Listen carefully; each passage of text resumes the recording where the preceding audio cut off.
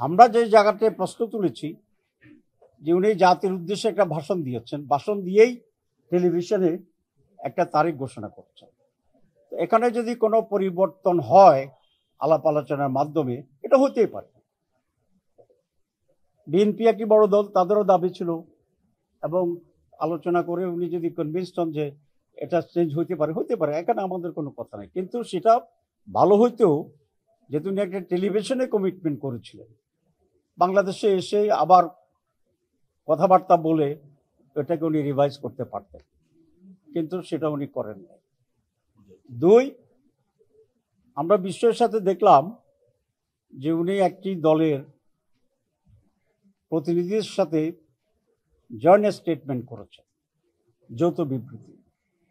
এটা পৃথিবীর ইতিহাসে রিপিট হয়েছে, আছে কিনা আরো এক্সাম্পল আমাদের জানা নেই। বিভিন্ন দেশের সরকারের সাথে প্রধান বিরোধী দল বা পার্লামেন্টের প্রতিনিধিত্বকারী দলগুলোর সাথে মিটিং হয়, কারণ তখন তাদের একটা স্ট্যাটাস ডিফাইন্ড। তো এখানে বহুদলীয় গণতন্ত্রের 100-এরও বেশি দল আমাদের দেশে আছে, তাহলে তো এমন এক কালচার তৈরি হবে, উনি যার সাথে কথা বলেন একটা জয়েন্ট স্টেটমেন্ট করতে হবে। আমরা মনে করি এটা নজিরবিহীন ছিল এবং এটা প্রপার ছিল না।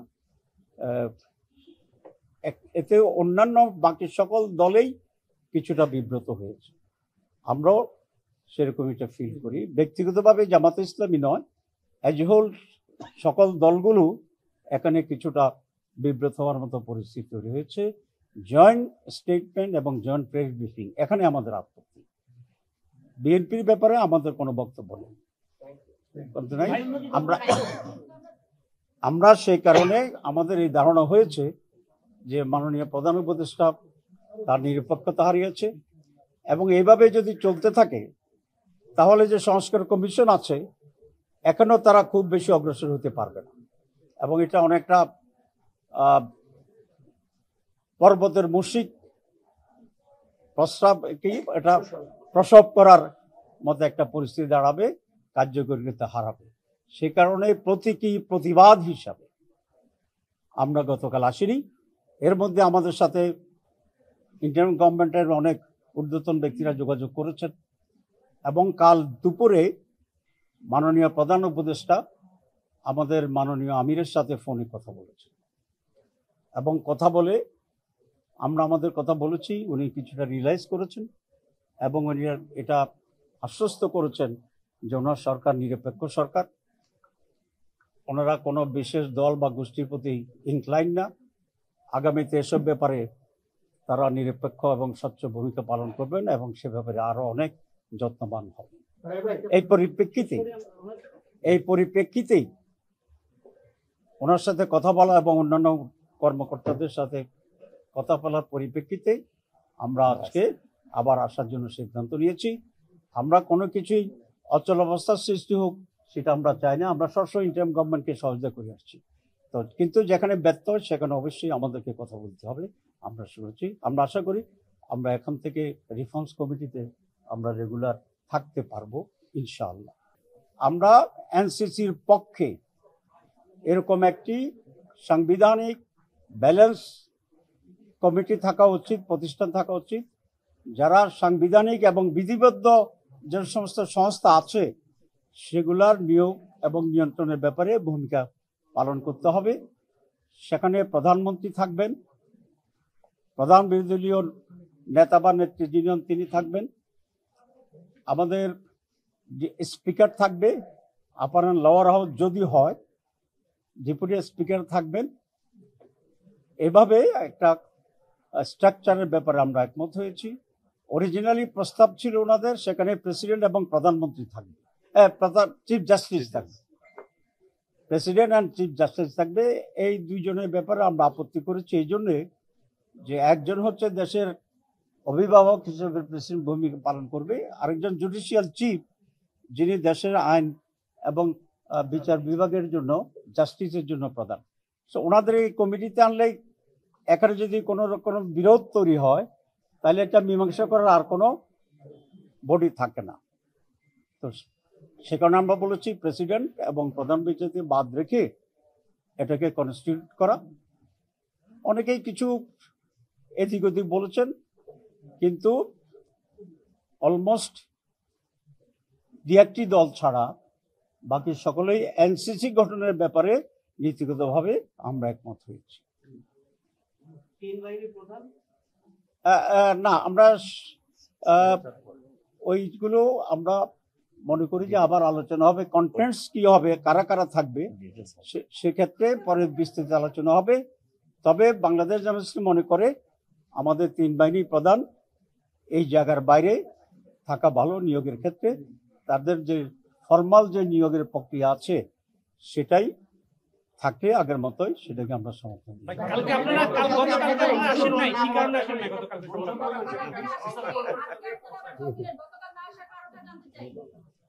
আমি খুব বিস্মিত যে আমরা 24 ঘন্টা আসি নাই, আপনারা কারণটা এখনো বের করতে পারেন না।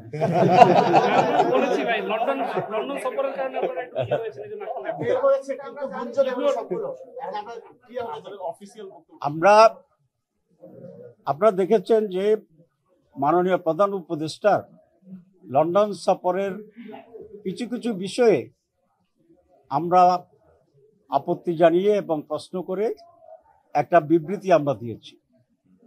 সেই বিবৃতিটাই হচ্ছে ওনার লন্ডন সফরের ব্যাপারে আমাদের অফিসিয়াল স্ট্যান্ড, এবং এটা আমাদের নির্বাহী বৈঠকে হাইস্ট বডি, যেটা আমাদের অ্যাপেক্স বডি, সেই নির্বাহী বৈঠকের সিদ্ধান্ত ভিত্তিতেই এটা এবং অ্যাপ্রুভালের ভিত্তিতেই সেই স্টেটমেন্ট আমরা দিয়েছি।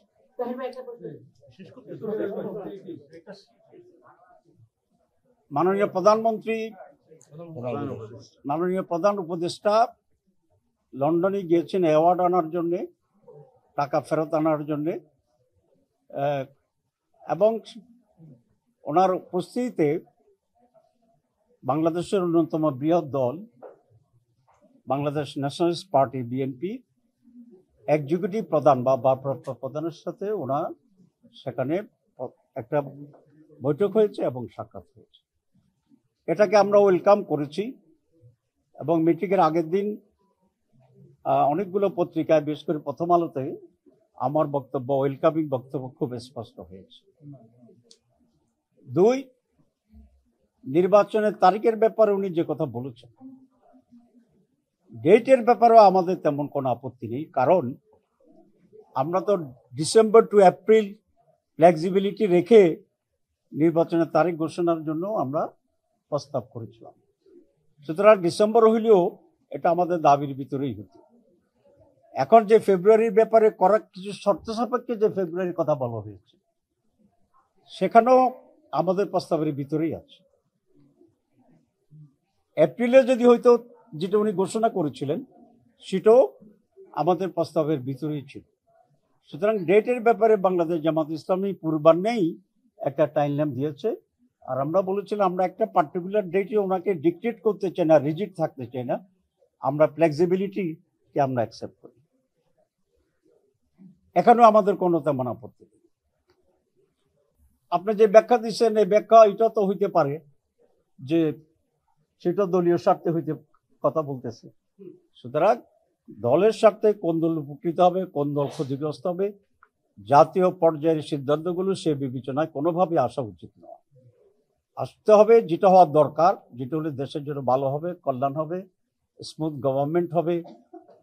এটা আমরা মনে করি যে বাংলাদেশের 54 বছর অভিজ্ঞতা আমরা দেখেছি যে কোনো একটি শুধুমাত্র প্রধানমন্ত্রী বা যখন প্রেসিডেন্ট এত বেশি পাওয়ারফুল হয়ে যায়, চেক অ্যান্ড ব্যালেন্স না থাকার কারণে তারা ফ্র্যাঙ্কেনস্টাইন স্টাইলে দেশ চালাতে চায়, তারা স্বৈরাচার হয়ে যায়, তারা ফেসিবাদ হয়ে যায়, তারা একনায়ক হয়ে যায়।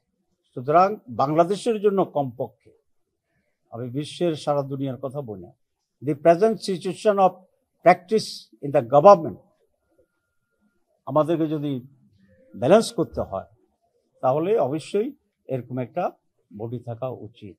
কার ফেভারে যাবে কি যাবে না, কে সরকারে যাবে যাবে না, নির্বাচনের পরে এটা বোঝা যাবে। আর কি কথা বলতে চাই, আপনার সরকার নির্বাচনকে যদি সুষ্ঠু স্বচ্ছ করার জন্য কঠোর না হয়, তাহলে আরেকটা হাসিনা মার্কা নির্বাচন এই দেশকে রক্ষা করতে পারবে না। স্বরাষ্ট্রমন্ত্রীকে দেখলাম হঠাৎ করে পত্রিকায় যে লেভেল প্লেইং ফিল্ড তৈরি হয়ে গেছে, আমরা প্রস্তুত আছি। দেখছেন কিনা আপনারা? আমার কাছে এটা মনে হইল যে উনি লেভেল প্লেইং ফিল্ড কিভাবে বোঝায় উনি বুঝে না। যিনি একটা বিল্ডিং এর তালা খোলার মতো ব্যবস্থা করতে পারেন না এক মাসেও, 300টা কনস্টিটিউয়েন্সিতে উনি কিভাবে আইন শৃঙ্খলা রক্ষা করবেন, এটা খুবই একটা বিস্ময়ের ব্যাপার। আমি ওনাকে সংযতভাবে কথা বলার জন্য অনুরোধ করছি এবং লেভেল প্লেইং ফিল্ড কি হবে নির্বাচনে কাকে বলে এটা বোঝার জন্য ওনার কাছে অনুরোধ করছি। আমাদের অবস্থান খুবই পরিষ্কার। আমরা বলেছি নারীদের জন্য 100 আসন ডাইরেক্ট ইলেকশন আমাদের আপত্তি নেই, তবে সেটা পিআর সিস্টেমে হইতে হবে, প্রফেশনাল যে ইলেকশন সেইটা হইতে হবে। সুতরাং আগে ওইটা সলভ না করলে এটার মতামত দেওয়া কঠিন হবে, কারণ ইফ যদি ইত্যাদি দিয়ে তো কোনো আর ফাইনাল কোনো সিদ্ধান্ত হয় না। আমাদের ঐকমত্য কমিশন এখন ইফে আছে, যদিতে আছে, বাট আরেকটু পরে যাবে, এরপরে কিনতে হইবে কিনা আল্লাহ ভালো জানে।